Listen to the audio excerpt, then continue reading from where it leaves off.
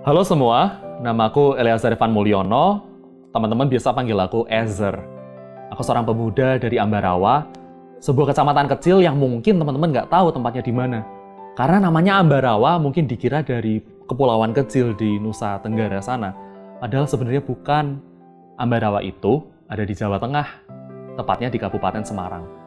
Di kota kecil inilah aku punya mimpi besar, dan aku bersyukur karena bisa mewujudkan mimpi itu. Selama perjalanan berkuliah, berkesempatan untuk ambil pendidikan bahasa Inggris. Dan selama berkuliah itu pula, aku bisa ikut program kampus mengajar dan juga ISMA, yang memungkinkan aku untuk bisa mengambil kuliah di Boston, Amerika Serikat. Dari kecil itu, Papa sudah ngasih exposure bahwa Amerika adalah sebuah negara maju. Dan anak-anaknya Papa walaupun ada di kota kecil, Ambarawa, tapi nggak boleh minder, nggak boleh insecure. Jadi kami harus bermimpi besar. Jadi dari kami kecil, kami dicekoi oleh Papa untuk ayo bermimpi ke Amerika. Akhirnya dari kecil, aku selalu bercita-cita buat pergi ke Amerika. Nggak tahu Amerikanya di mana, bahkan nggak tahu Amerika tuh kayak apa. Cuma ngeliat dari film, ngeliat dari internet, tapi itu kan nggak menggambarkan Amerika sejati. Nah ternyata, bener, Tuhan izinkan aku berangkat ke Amerika untuk melakukan sesuatu yang aku nggak pernah sangka sebelumnya, yaitu mewujudkan arti namaku, Ezer, yang artinya penolong, yaitu bisa nolong orang lain yang sekarang ada di Ambarawa. Aku punya banyak mimpi, salah satunya bekerja di korporasi besar dengan gaji yang lumayan. Aku sudah punya cita-cita buat memberi dampak besar di skala nasional, karena selama kuliah diberikan kesempatan untuk bermimpi besar, tapi ternyata Tuhan membelokkan. Setiap selesai magang di perusahaan-perusahaan besar tersebut, aku sudah magang, sudah masuk ke timnya, bahkan sudah ditawarin untuk full time. Dengan gaji yang jauh lebih tinggi dari gaji guru. Tapi setiap kali selesai hari itu, kita jam 5 selalu absen pulang. Ada sukacita apa ya? Ada damai sejahtera yang hilang. Jadi rasanya selalu gelisah. Dan gelisah ini membuat aku seringkali menangis atau marah, karena aku tahu sebenarnya aku tidak diciptakan untuk ini gitu. Dan akhirnya aku memutuskan untuk oke, aku mau ikut panggilan Tuhan, aku mau ke daerah-daerah jadi pendidik di sana. Karena rupanya setelah aku tahu melewati belokan-belokan tersebut, mungkin kalau aku tidak dibelokkan, aku akan ketabrak. Karena aku belum siap masuk ke sana. Atau mungkin karena di sana berbahaya, mungkin di sana ada bahaya yang aku tidak ketahui. Sehingga ketika aku dibelokkan, aku sebenarnya diselamatkan dari suatu hal. Dan itu yang pola selalu terjadi dari aku lulus SMP, lulus SMA, masuk kuliah, kemudian bekerja, semuanya dibelokkan. Dan sekarang aku bersyukur dibelokkan terus. Sehingga di tahun 2023 ini, aku memutuskan untuk menyerahkan semuanya pada Tuhan. Terserah Tuhan. Mau dibelokkan kemana, saya ikut. Nggak mau lagi minta-minta.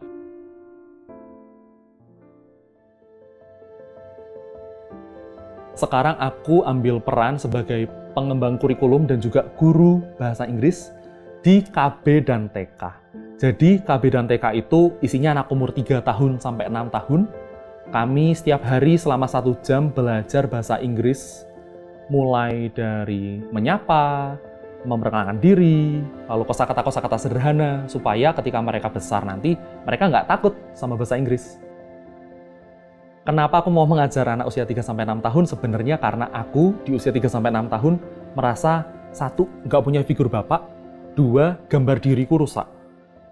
Jadi nggak punya figur bapak ini karena sebenarnya papa cinta mati sama anak-anaknya dan semuanya dianggap sama, tidak ada pilih kasih. Tapi karena sibuk bekerja, jadi papa tuh nggak hadir dalam hal-hal penting hidup kami, dalam konflik-konflik kami, sehingga kami punya trauma, kami punya luka-luka batin yang muncul di usia 3-6 tahun. Dan yang kedua, gambar diri rusak karena lingkungan sekitar dan juga omongan dari orang lain mengatakan banci, anak buangan, itu semua aku dapat di usia 3-6 tahun. Dan karena aku tahu betapa mahalnya harga yang harus dibayar dari hal-hal tersebut, konsekuensi yang didapat itu sangat besar. Aku memutuskan ketika sekarang aku udah dewasa, aku pengen nolong supaya menghindari Ezer-Ezer kecil jatuh ke lubang yang sama karena usia 3-6 tahun gambar dirinya rusak dan nggak punya figur bapak.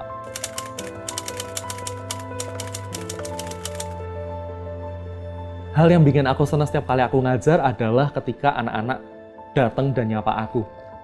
Karena aku tahu di situ bahwa peranku efektif. Ketika mereka datang dan minta peluk, atau ketika mereka datang dan minta gendong, aku tahu bahwa mereka mungkin nggak dapat itu di rumah, tapi mereka bisa dapat di sekolah. Walaupun cuma 1 jam, tapi we're making memories. Kita bisa bikin memori yang aku nggak yakin mereka akan ingat namaku, tapi aku yakin mereka akan ingat di TK mereka pernah punya figur bapak yang sayang sama mereka dan nggak ngejudge mereka meskipun mereka buat kesalahan. Dan itu yang bikin aku suka cita setiap hari mau ketemu mereka meskipun capek, teman-teman. Ngajar TK itu ngos-ngosan, habis mereka pulang rasanya capek banget.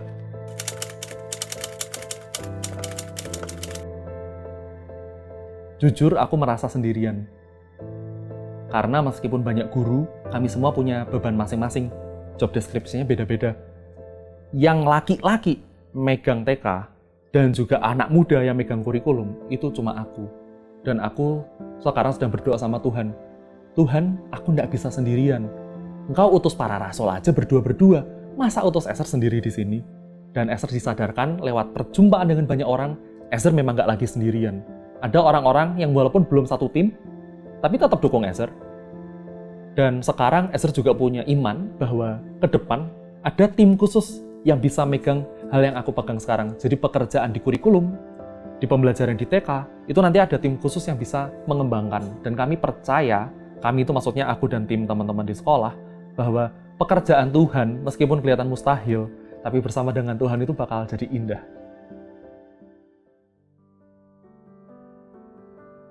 Buat teman-teman yang masih bingung mau kemana, sama aku pernah di sana. Kita semua pasti pernah bingung dong, ke depan itu kayak gimana, aku nggak tahu. Tapi ada satu statement yang aku selalu ingat-ingat dan aku katakan setiap malam dan juga setiap tahun baru. I may not know what the future holds, but I know who holds the future. Aku mungkin nggak tahu apa yang ada di masa depan, tapi aku tahu siapa yang megang masa depan.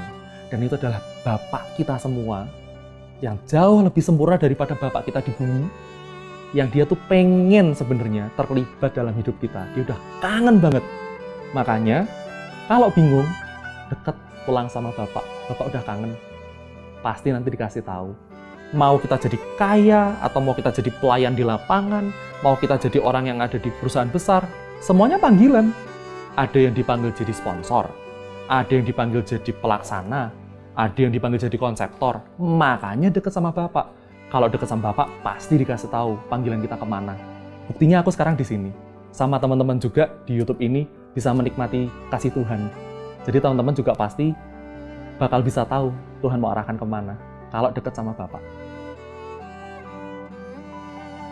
Buat teman-teman yang nonton video ini, aku dalam hati berdoa dan menangis. Karena aku tahu bumi ini penuh masalah. Nggak cuma pendidikan, nggak cuma keluarga dan Bapak, tapi banyak banget masalah. Dan Tuhan tuh pengen kita terlibat di dalamnya, ngatasin masalah ini selama kita masih ada di bumi. Sehingga seperti kata doa Bapa kami, di bumi seperti di surga. Kalau kita bisa bantu teman-teman kita yang belum percaya merasakan surga kecil di bumi ini, bukankah itu jadi indah? Dan nanti ketika kita pulang ke surga, kita reuni sama-sama satu angkatan ini, kita bisa bilang sama Tuhan, Tuhan thank you. Thank you sudah ada dalam perjalananku selama aku hidup. Karena aku tahu, di atas Engkau ada, di bawah Engkau ada. Di kanan Engkau ada, di kiri Engkau ada. Kalau kita ikut sama Tuhan senantiasa, di situ Tuhan cukupkan. Dan Tuhan akan pimpin kita, punya sukacita yang gak habis-habis. Karena Tuhan lebih besar dari ketakutan, gaji, dan semua masalah kita. Thank you.